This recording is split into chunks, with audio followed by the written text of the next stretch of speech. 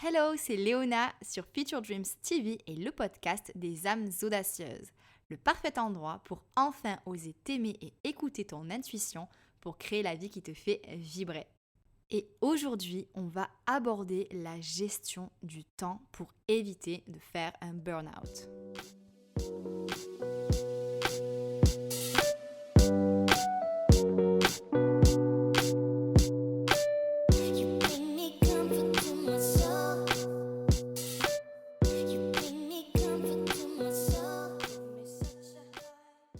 Alors, avant de parler de burn-out, j'ai une devinette pour toi. Quel est le point commun entre prendre l'avion et la formation des premiers secours? Alors, je voulais partager ça avec toi parce que j'ai pris l'avion des dizaines de fois et j'ai suivi la formation des premiers secours en France et en Australie. Et même si ces deux activités ne semblent pas avoir de point en commun, il y en a pourtant un.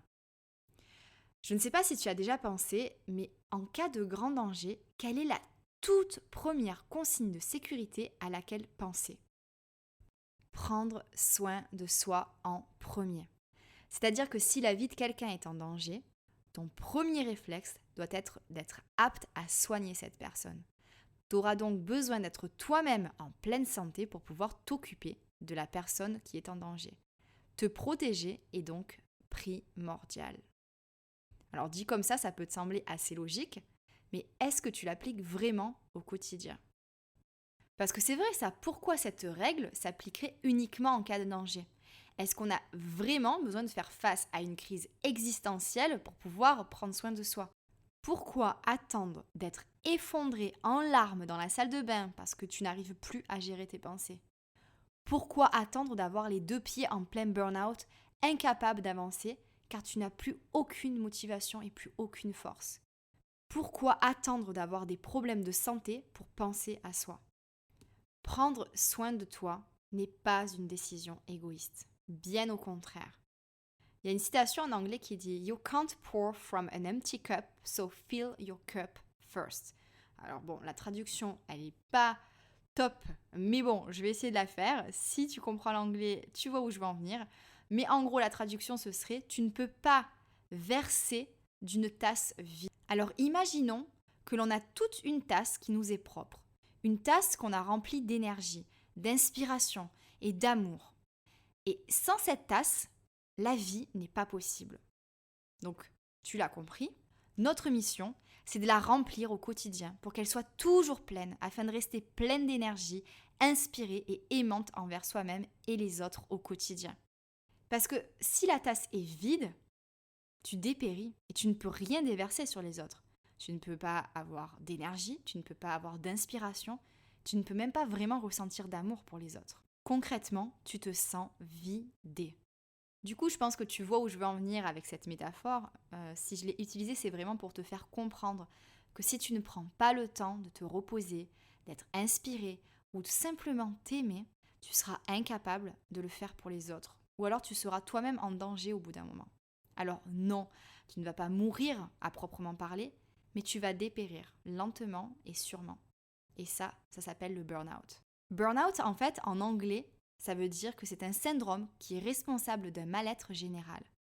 Littéralement, en fait, burn-out, ça se traduit par se consumer, comme une bougie qui brûle petit à petit jusqu'à s'éteindre. Et ça peut prendre bien des formes. Un burn-out, ça peut être professionnel, mais ça peut être aussi familial.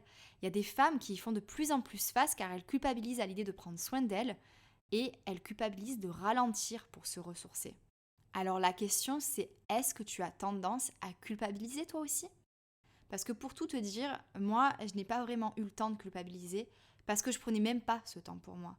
J'étais toujours dans l'action avant, toujours dans le faire, toujours dans l'accomplissement, toujours dans réussir, avancer. J'avais que ça en tête jusqu'au jour où j'ai même pas réussi à penser correctement.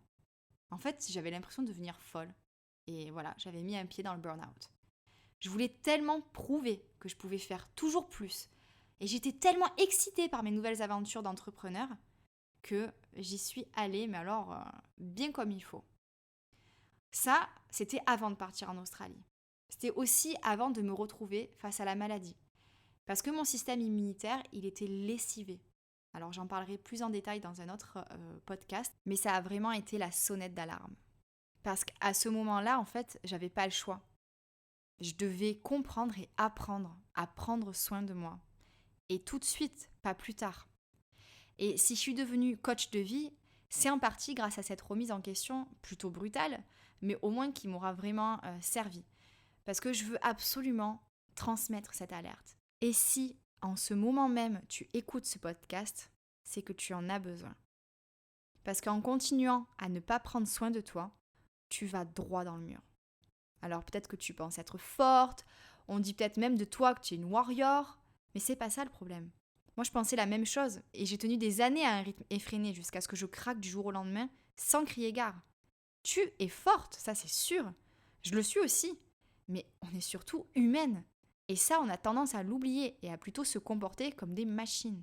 Alors la grande question, c'est comment faire pour ralentir et prendre soin de soi?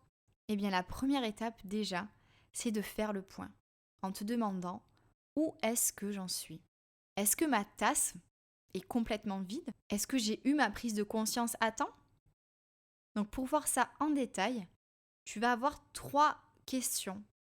La première, ça va être comment est ton niveau d'énergie? La deuxième, ça va être est-ce que tu te sens inspiré? Et la troisième question, ça sera est-ce que tu te sens rempli d'amour pour toi-même? Et pour répondre à cette question, en fait, il faut répondre par un chiffre. Évaluer en fait ce degré d'énergie, ce degré d'inspiration, ce degré d'amour pour toi-même sur une échelle de 1 à 10. Donc à toi de jouer, tu peux appuyer sur pause et ensuite revenir une fois que c'est fait. Ensuite, la deuxième étape, ça va être un exercice super simple qui va permettre d'y voir plus clair parce que tu vas faire du tri. Donc, je vais un petit peu t'alerter avec cette phrase. Est-ce que tu sais qu'environ la moitié de tes actes se répètent chaque jour? Donc, en partant de ce principe, ce sont donc tes habitudes qui déterminent une grande partie de ce que tu es. Et on pourrait donc créer un dicton. Dis-moi quelles sont tes habitudes, je te dirai qui tu es. Et là, ça fait réfléchir. Hein? Alors l'exercice que je te propose, c'est de lister toutes tes habitudes sans exception. Pour ne pas en oublier une seule, imagine une journée type, du réveil au coucher. Les bonnes et les moins bonnes sont toutes à mettre sur le papier.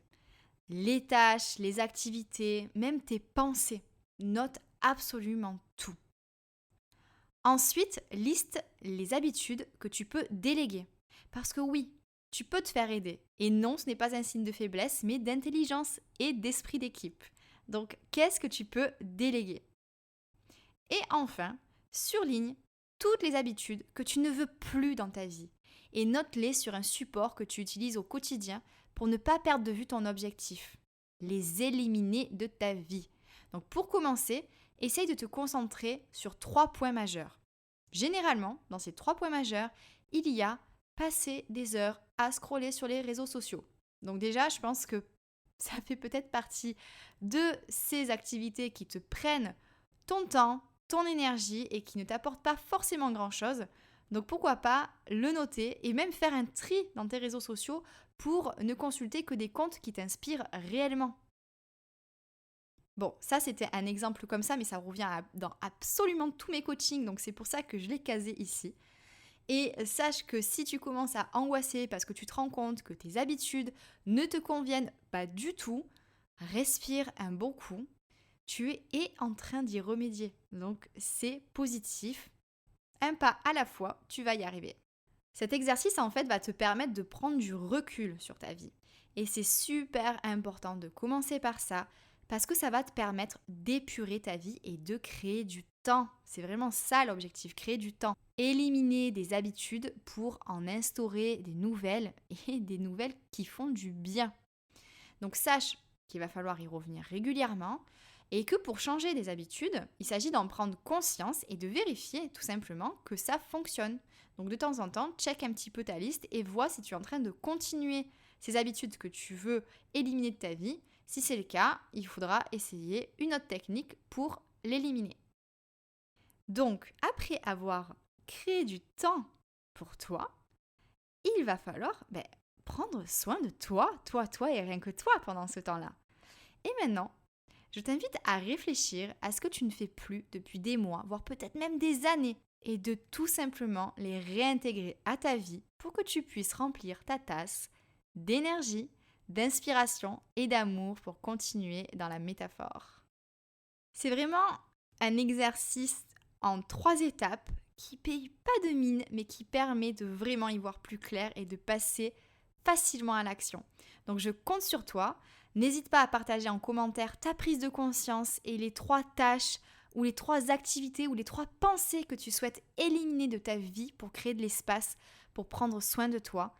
Et partage aussi les activités que tu vas réintégrer à ta vie pour te remplir d'énergie, d'inspiration et d'amour pour toi-même. Je t'invite aussi à te rendre sur featuredreams.com si jamais tu n'es pas encore abonné à la newsletter, parce qu'il y a un mini coaching en cadeau de bienvenue qui va te permettre de booster ta confiance en toi. Donc si c'est un problème auquel tu souhaites remédier, n'hésite pas, c'est gratuit et tu pourras accéder au groupe Facebook d'une communauté, que dis-je, d'une sororité juste incroyable. Donc n'attends plus une seule seconde et file sur featuredreams.com pour t'abonner à la newsletter.